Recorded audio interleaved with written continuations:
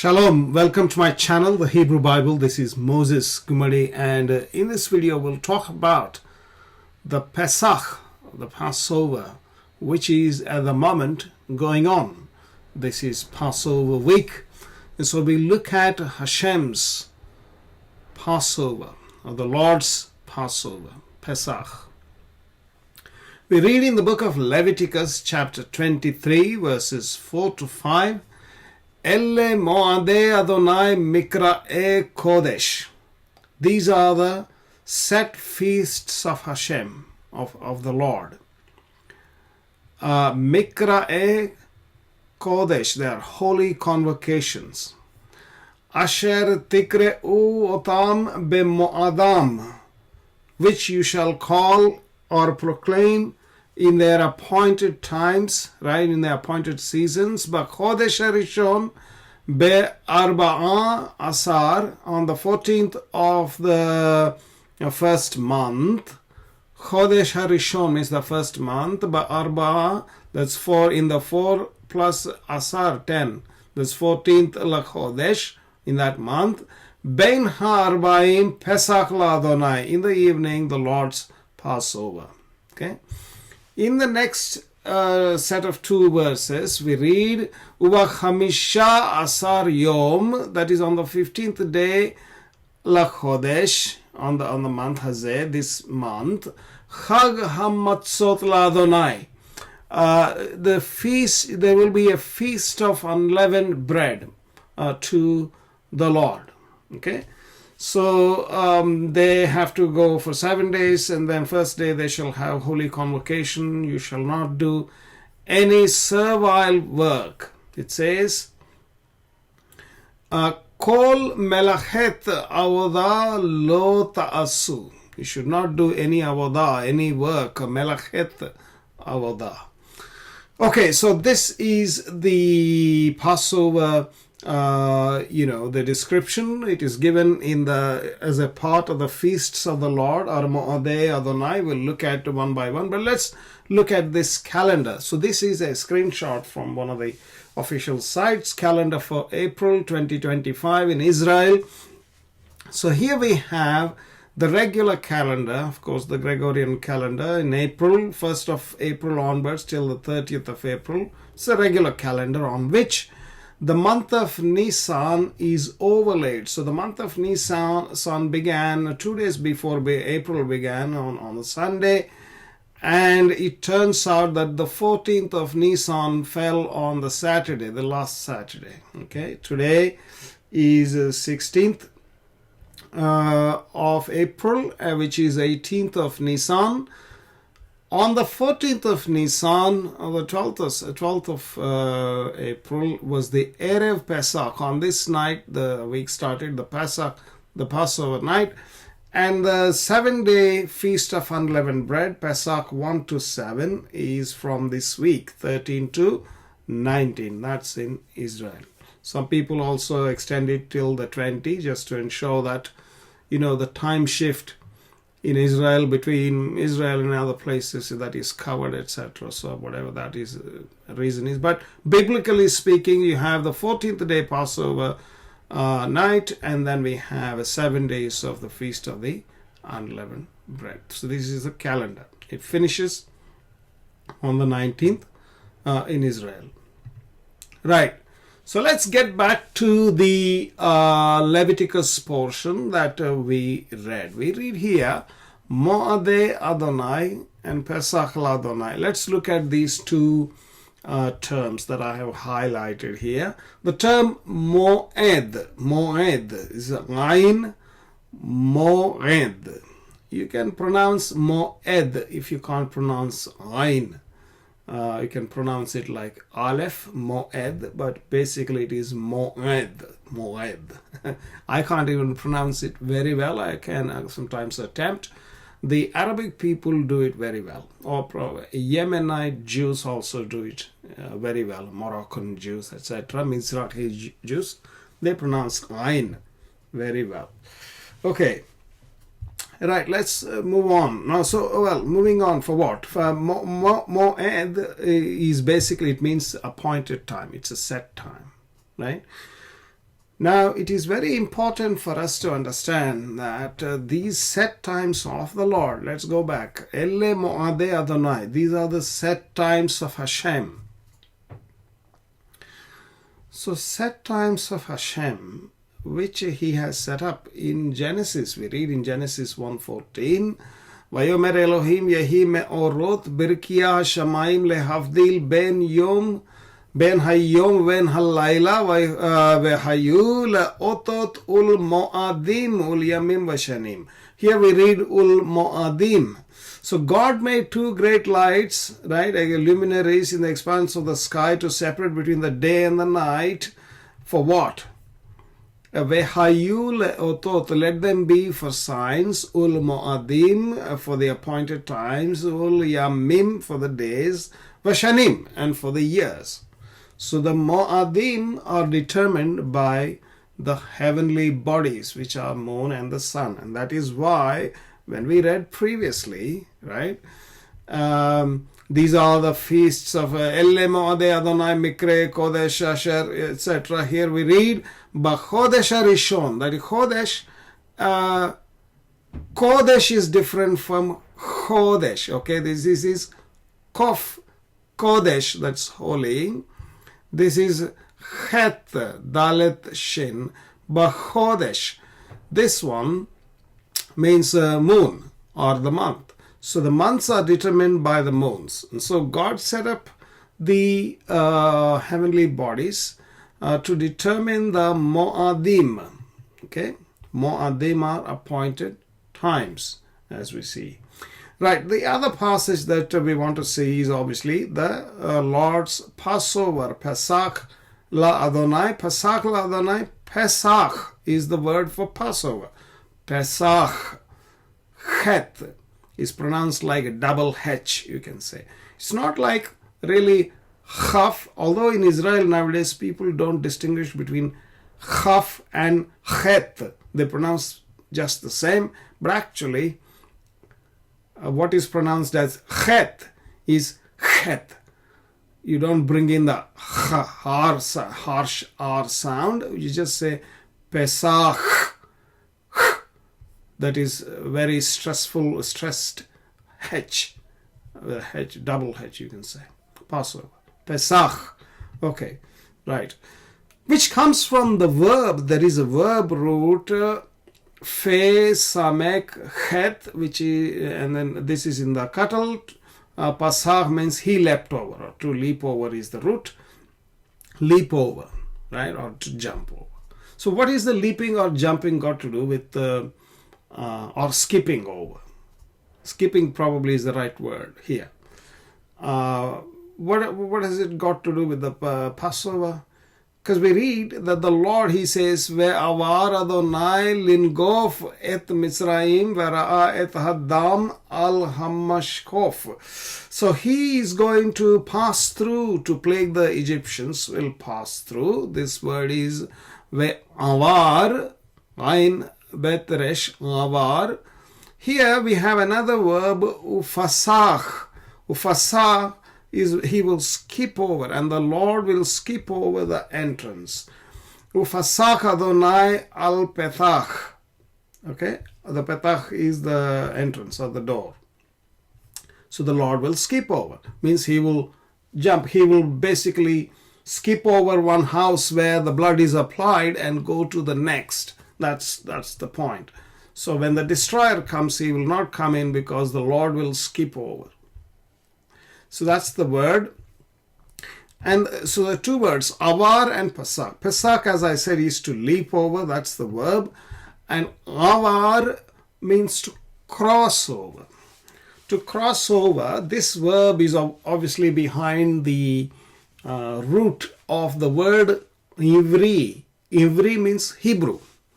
Ivrit is Hebrew language, noun. A Hebrew person is called Ivri, Ish Ivri.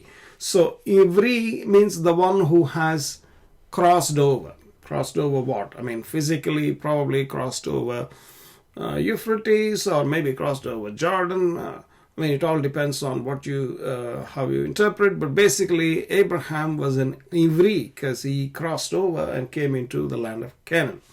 But that has a spiritual significance as well, that you crossed over, right? You crossed over into a higher domain. Avar. Okay, so that's about Avar and Pesach, which is both of them are verbs. Now, coming to that verb Pesach, here we have another instance where Poschim comes from Pesach.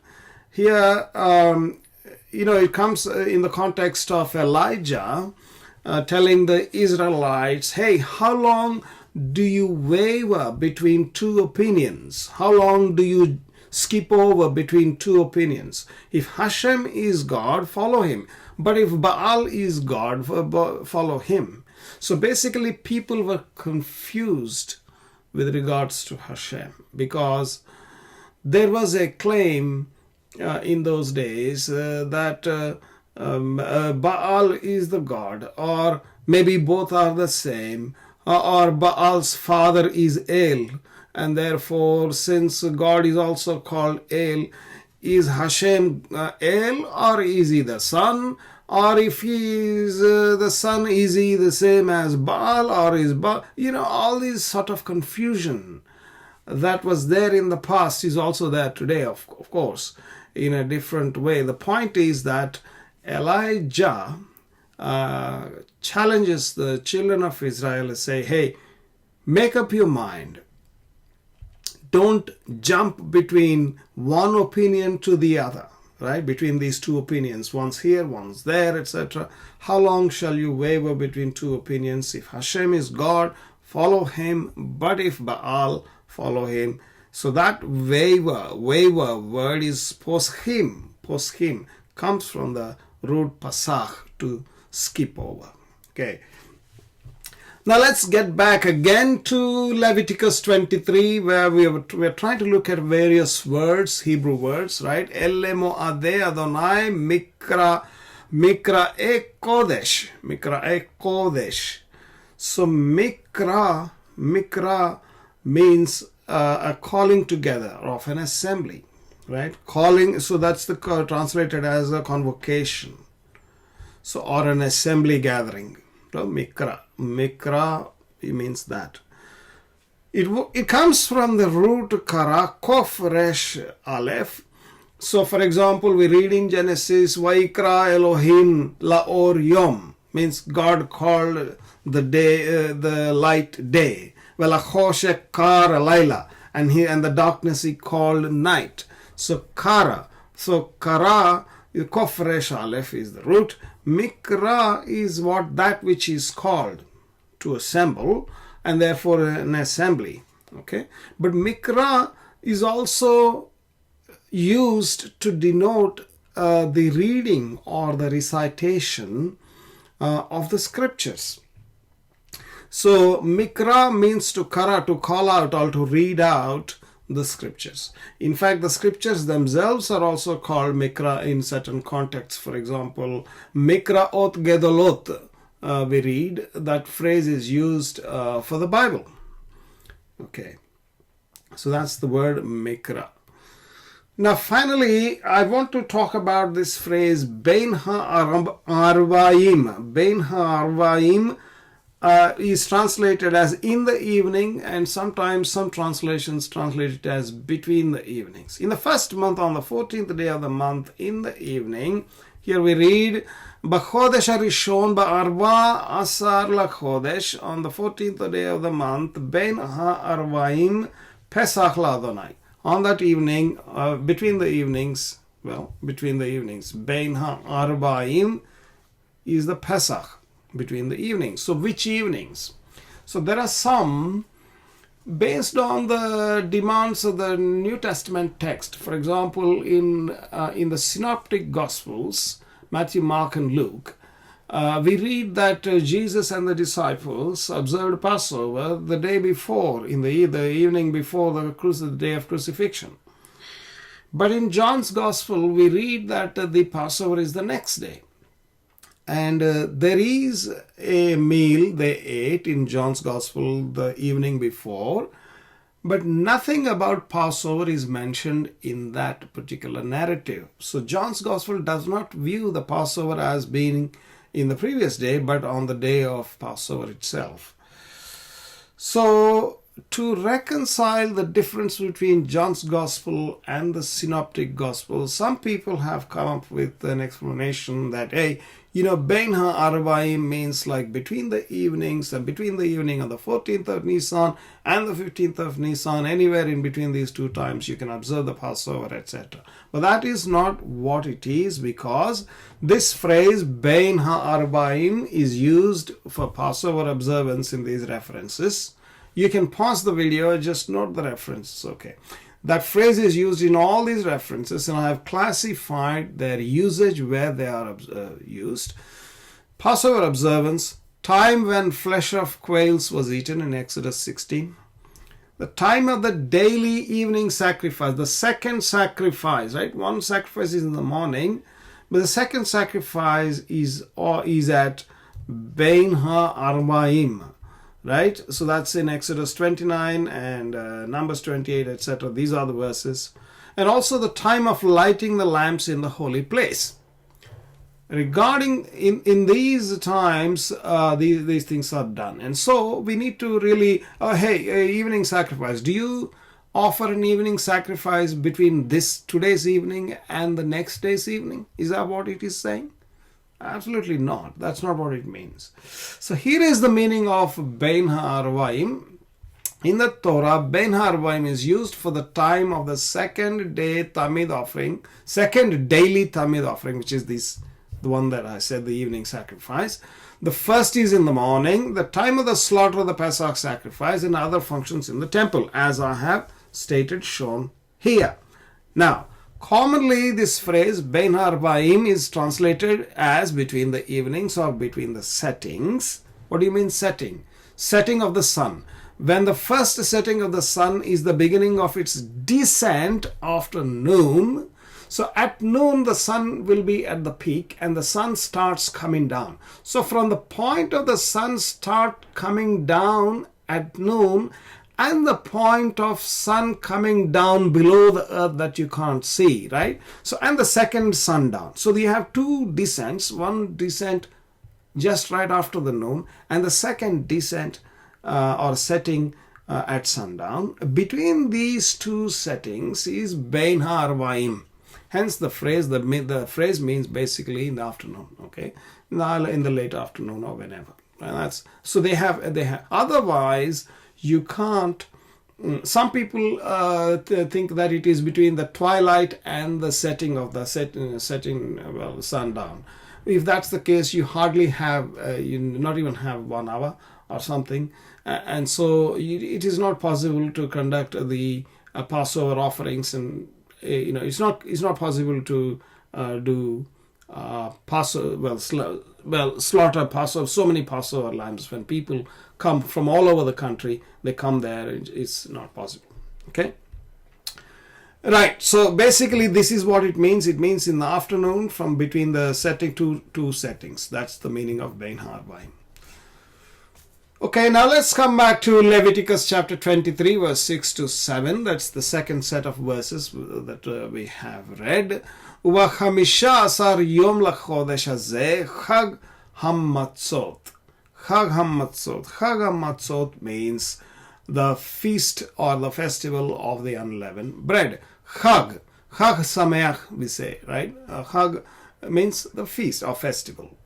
Hamatzot. This is matzah. Matzah is the word.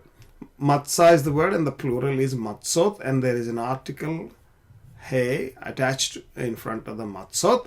That makes it hamatzot, and which is a plural of matzah, which means unleavened bread. Now, there is another word, matzah, sounds almost similar but slightly different. Mem sadeh, instead of he, you have an aleph. Mem sadeh, aleph, which means he found, okay, or to find. If you remove these vowels, then the mem sadeh aleph is to find. So Noah matzah chen, we read in Genesis, Noah matzah chen means Noah found grace, or grace in the sight of Hashem. So that is matzah. So to find is matzah, as opposed to matzah ending with a he means unleavened bread. So we're learning a lot of Hebrew words today, right, as a part of the Passover. Now let's go on further. In the next verse we read in Leviticus 23:8, Vehikrautem ishal Adonai. Okay? And you shall offer an offering made by fire to Hashem for 7 days, Shivat Yamim.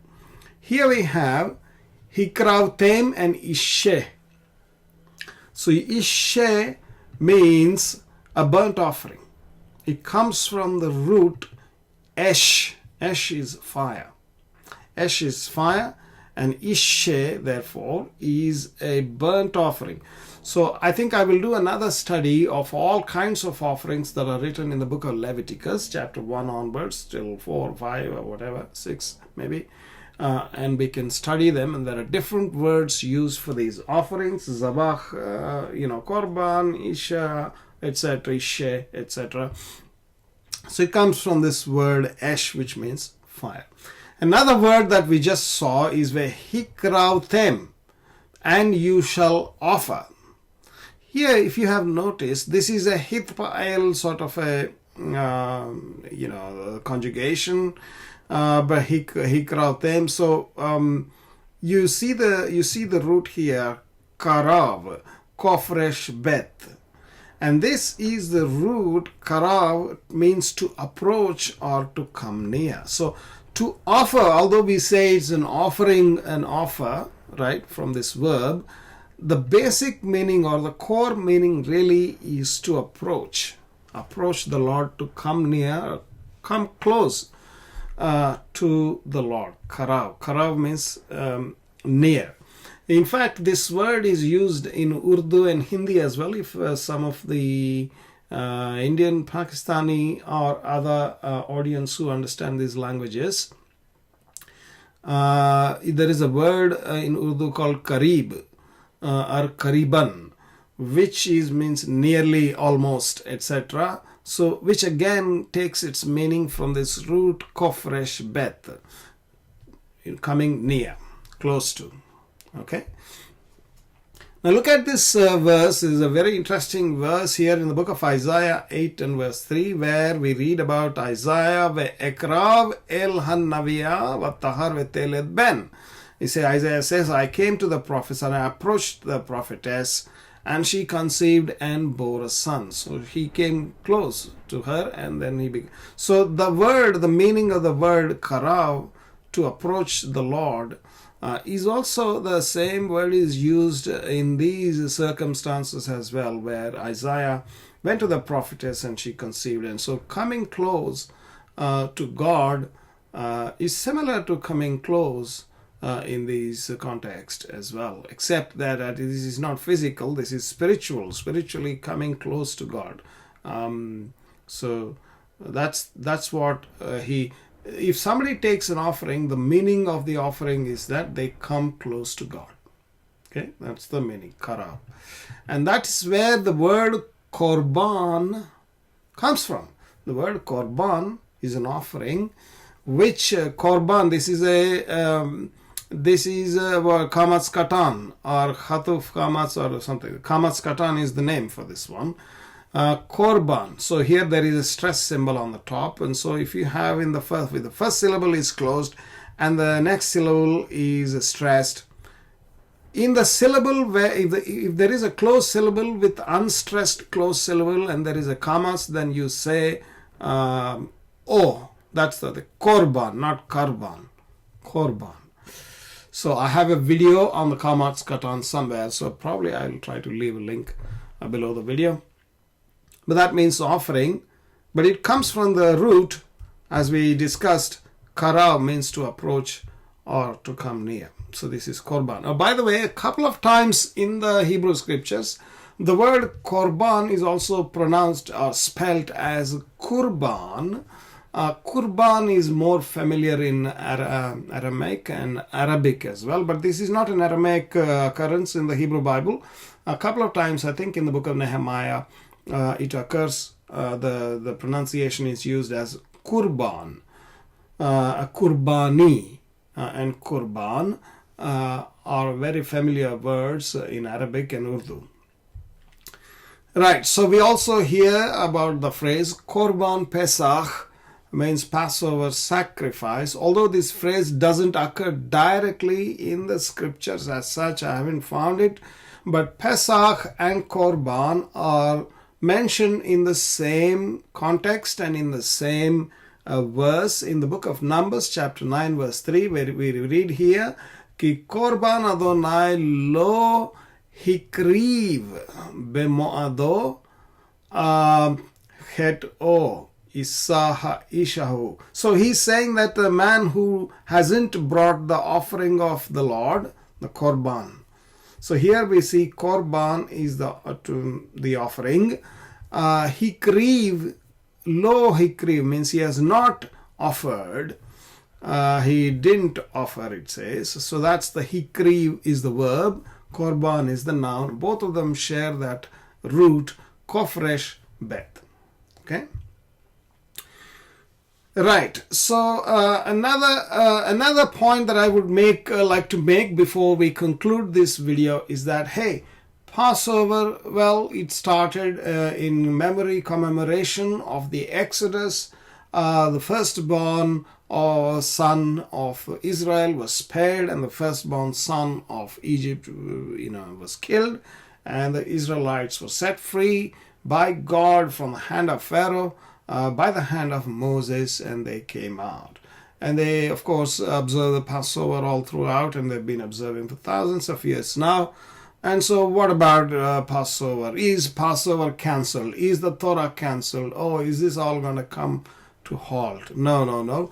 We read in the book of Ezekiel in chapter 45, verse 21 to 22, that in the future temple too, the Passover will be celebrated again on the same day in the first month.